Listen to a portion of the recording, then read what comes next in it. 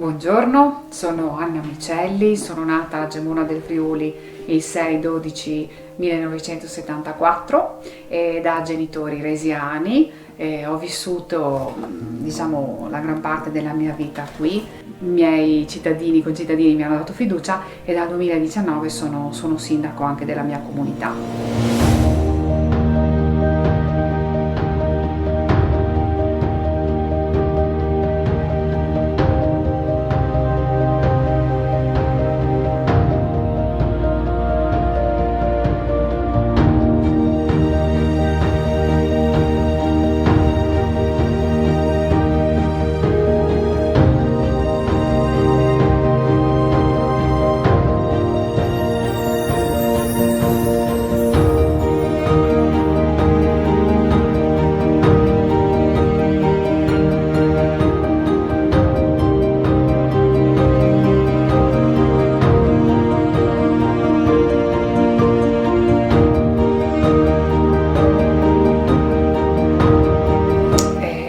Qui ancora una volta, no?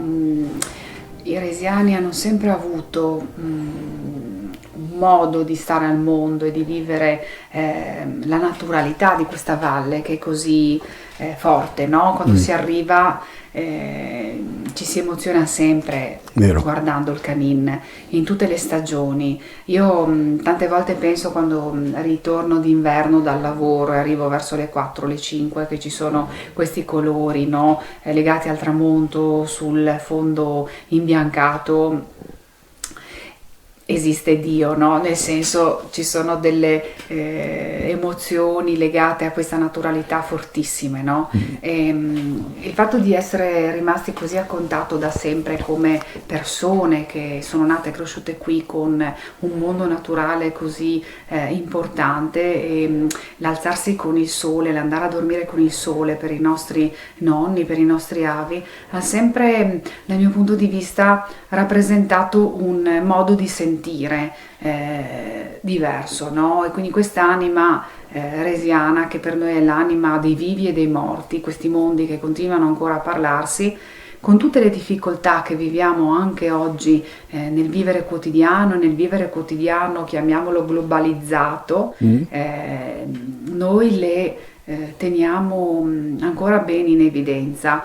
I nostri vecchi, e chi ha avuto la fortuna, no, di avere dei nonni che lo hanno cresciuto, proprio ci tenevano, no, a far sentire queste cose, no? E io mi ricordo la nonna che comunque ha vestito di nero da sempre nella mia infanzia, perché era un segno di lutto, no? Di rispetto del lutto, e lei si è vestita a lutto prima ancora che morisse mio nonno, perché ha avuto i fratelli che sono venuti a mancare, quindi in segno di rispetto lei ha vestito di nero. Ma mi ricordo la zia Anna che nell'82-83 insomma è venuta a mancare a una certa età a Udine, e mi ricordo ancora mia nonna che raccomandava a mia mamma e a sua sorella: mi raccomando, controllate che nella bara abbiano messo le scarpe, abbiano messo il grembiule, cioè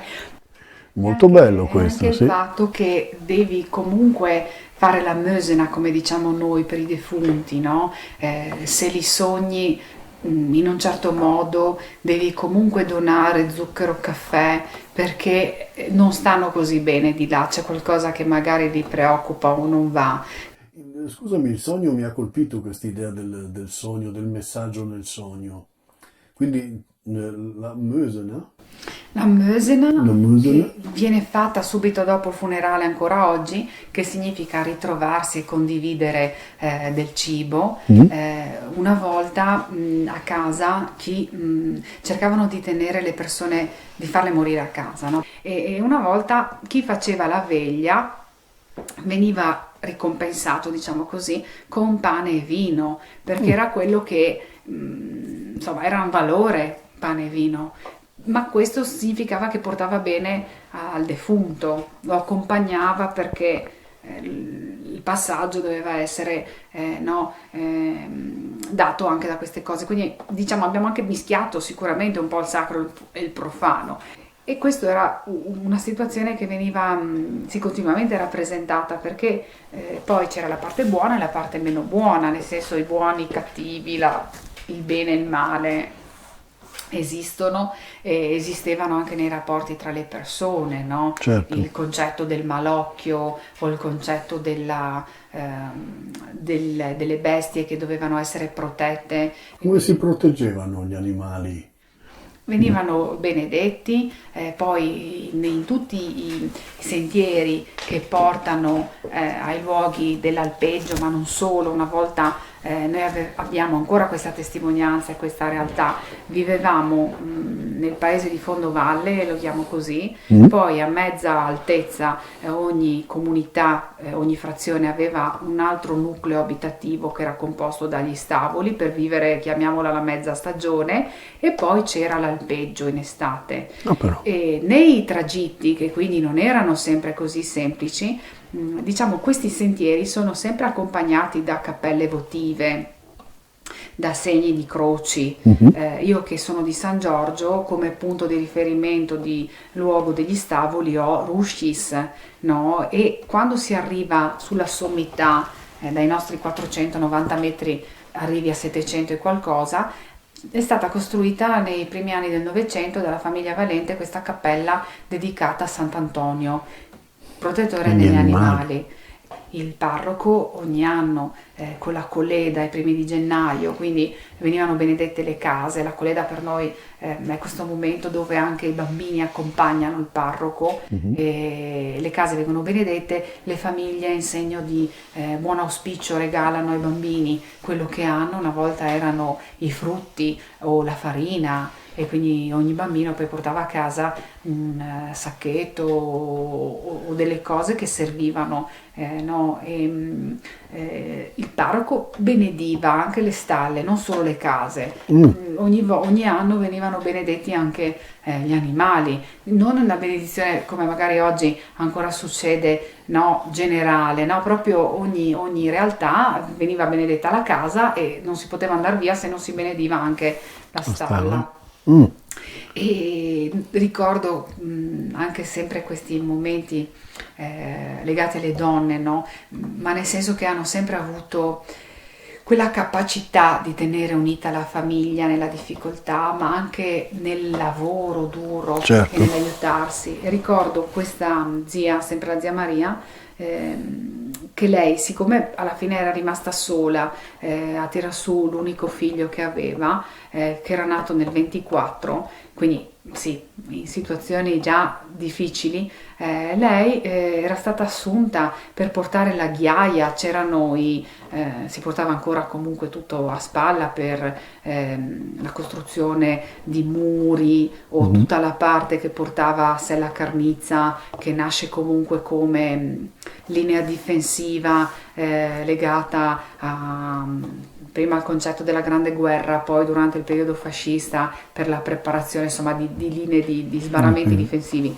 E quindi di fatto Carnizza è molto distante da San Giorgio da percorrere a piedi, e lasciava questo bimbo, no, per tot ore, però non sempre un bambino piccolo giusto a fame a orario, tra virgolette, no? Certo. E c'era la nonna che raccontava, quindi mia zia lasciava a sua sorella il piccolo, ma non è che più di dargli un po' di acqua, dopo un po' non riusciva a tenere il pianto del bimbo, per cui andava da quest'altra signora che anche lei aveva un bambino piccolo, aveva tanto latte, quindi questa signora allattava gli uni e gli altri per riuscire a far stare Bellissimo. bene i bambini, senza, sì, come una volta, cioè non guardavano, no, c'era un problema, si risolveva, non è che andavi a cercare il qui, il dove, il perché e tutto il Certo. resto, no? A me è piaciuto sempre tanto, mi piace tanto ricordare Tucharsk, è la gente di Ucea, che secondo me per forza hanno quel carattere così ancora oggi, no? Molto forte, determinato, anche duro per tanti. Vivevano in condizioni difficili perché Ucea è a una certa quota, gli inverni erano pesanti, lunghi, quindi il carattere te lo forgi anche perché vivi in un certo luogo piuttosto che in un altro. Ma questa signora che avevo conosciuto anni fa, a un certo punto lei diceva sempre "Che tobo, je ne qui me vide", cioè se sarà, sarà, se no vedremo. Cioè, Bellissimo.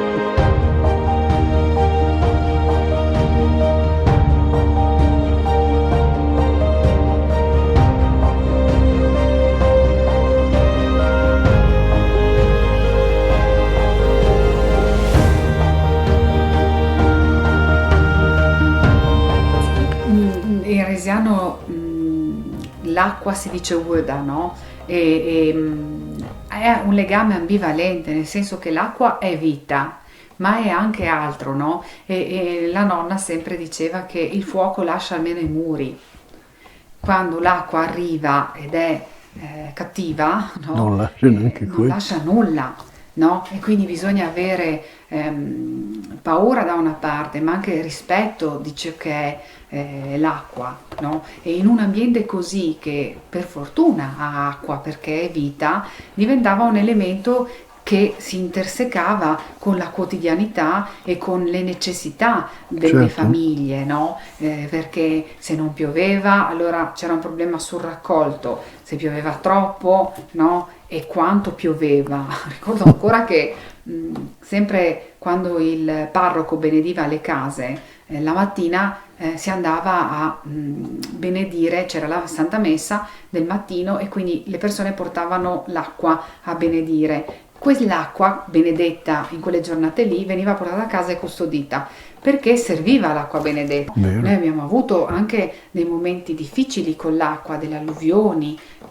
L'abitato di Stolvizza è stato ricostruito a causa di un'alluvione, no? Si narra che la leggenda vuole che si siano sentiti alle 11 di sera solo i primi 11 rintocchi del campanile. Noi ancora oggi, come in altre parti, le ore battono 2 volte a Sì. distanza di qualche minuto dal primo battito dal secondo, e quindi la leggenda narra che gli abitanti, per mettersi in salvo da questa alluvione a Stolvizza, si sono spostati verso una zona rocciosa che poi è diventata il nucleo abitativo di Borgo Chichei, che oggi ancora ha le case, e non hanno sentito il secondo rintocco. Guarda, visto che abbiamo parlato tanto di bambini, magari un detto resiano che ti venga in mente legato all'infanzia, ai bambini piccoli. Guarda, a me piace tanto ricordare, soprattutto in questi ultimi anni, no, che mio fratello più piccolo è diventato papà di 3 splendidi bimbi. Mi piace tanto raccontare cosa succedeva con Alan, il suo primogenito.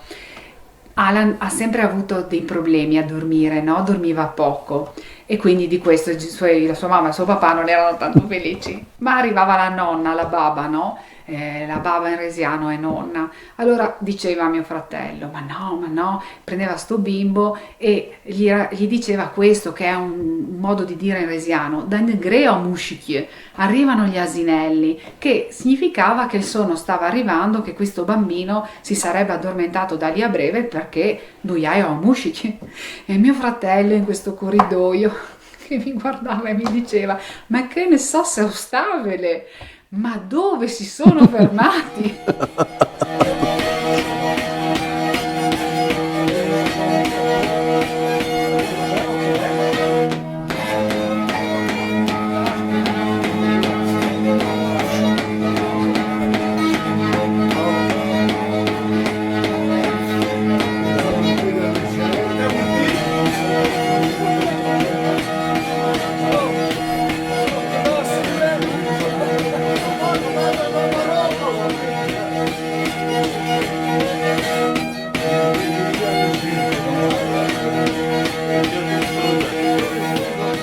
Lipa Maritza, Rene Nasseti, Kotana Rushke Poide, Frila Kionte Pri, la la li la le la la li la la li la le la li la la.